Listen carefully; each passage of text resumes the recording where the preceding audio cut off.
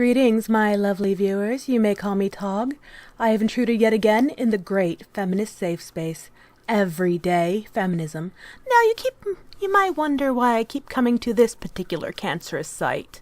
I mean, there's many on the internet. I could pick on any one of them. Well, this one has comics. And the comics, being pieces of propaganda as they are, one thing that strikes me that I find particularly offensive is that they're not very good pieces of propaganda.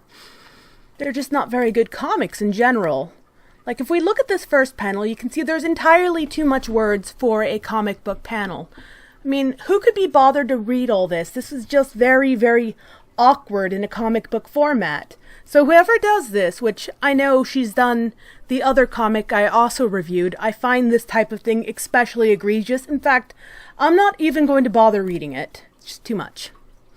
Too much words. It just is too awkward for a comic.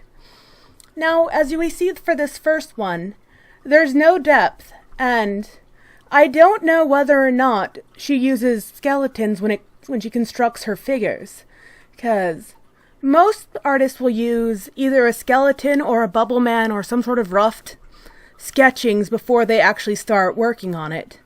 As you can see, I've constructed two. I have the basic skeleton and then I have the bubble man. This one you more fill out and this one you refine. Now, these aren't the best, but to be honest, that's actually how my drawings usually go. Usually I don't care too much about the figures of the bubble man or the stick man. They're just there for a specific purpose. And there's another big problem here is that if we were to remove the words in the word bubbles, we would not know what the two are talking about. They are devoid of emotion. Their expressions could be any number of things. They could be talking about how the dinner they just had was subpar or it was overpriced. Each one of them looks like they're not happy, but not particularly upset. It's just a very ambiguous expressions, and there's nothing really with their body language, and that hand gesture that he has to indicate that we're supposed to be looking across the street, well, if we didn't actually have the dialogue there, we would have no idea what he's trying to indicate. In fact, people don't really make that gesture while they're talking. That's not a gesture that you would have to look across the street. You would probably turn your body and have it a little bit more exaggerated.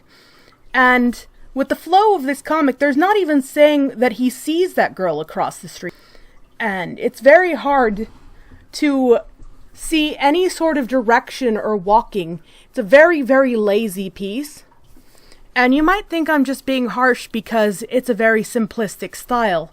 However, you can do a simplistic style and still have quite a bit of movement. As you can see, this one, we also have a sidewalk, but you can see the slant, you can see the direction.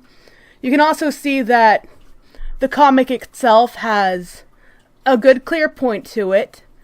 It's quite hilarious. And the colors are definitely much more clean and striking.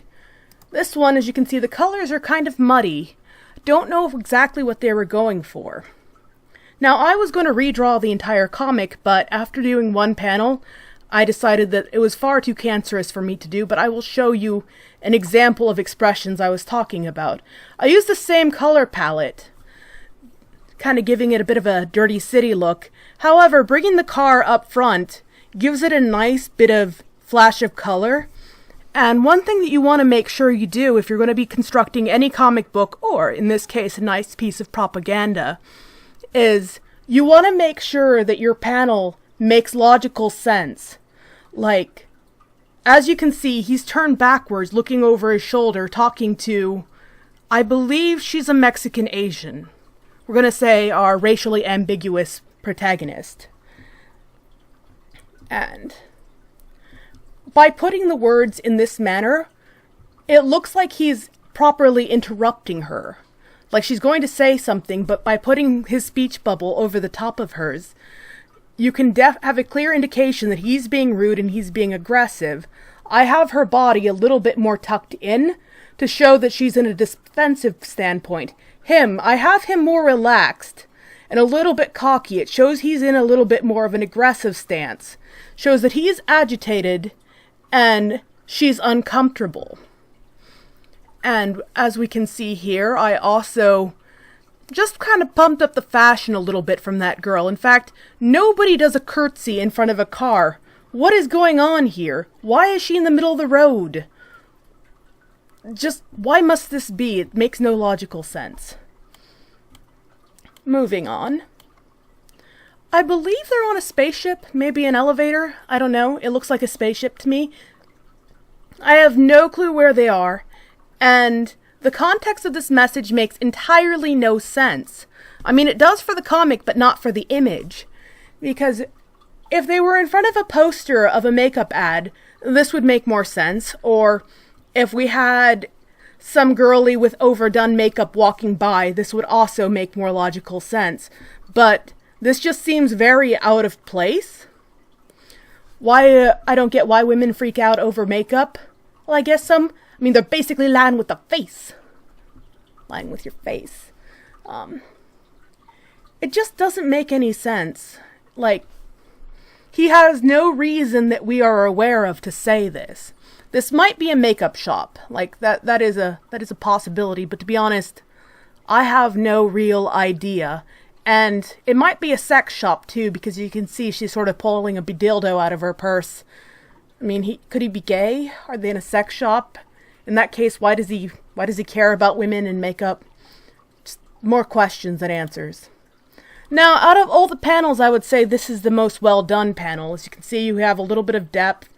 It looks like where their eye positions are that they probably saw this couple. They may have been walking ahead and gone by. So this one at least has the most logical sense out of the panels we've seen thus far. And his glasses just make him look fabulous. Same thing with that hair. Most of the guys in this, I don't know if this particular artist actually associates with many heterosexual males. Just saying.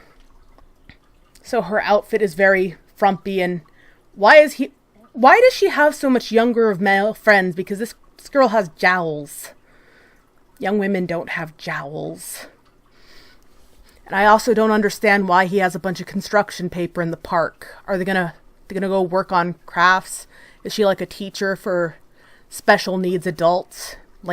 She hangs out with them and they're going to do some construction projects? Well, I digress. I'm sorry about that. So out of all the panels, this one is probably the most visually interesting and the most logical. Okay, we got the last panel. Hey, nice ass, shake it harder. I don't believe this person's ever been catcalled, because if someone catcalls you from a car, especially leaning out the window, you would hear nice ass and then the Doppler effect is definitely there. You won't be able to make out the last part of what they say. Maybe you'd hear honey and then but otherwise, not so much. Why do men think it's okay to catcall? Not all men. Still, I would say it would be better if somehow we could get this panel over here. It doesn't look like they're actually interrupting her. It needs to actually overlap her bubble. That would be preferable. It's just a little bit, as well as if she's crossing her arms, that's way too high up. Try crossing your arms. You can see that's a bit of an unnatural position. But yeah, there's entirely too much words in this comic. There really is. It doesn't really state its point through images. A good comic should actually show you, not have to tell you what is going on. And if we're going to be using comics as a propaganda piece, you should at least have it a good comic. None of them really make sense. None of them really show you what they mean. They just sort of tell you a point. It's just very bad propaganda. Well, I hope this has been informative. I probably should have drawn the whole comic out, but after the first panel, I was just so drained. I wish all of you a pleasant rest of your day.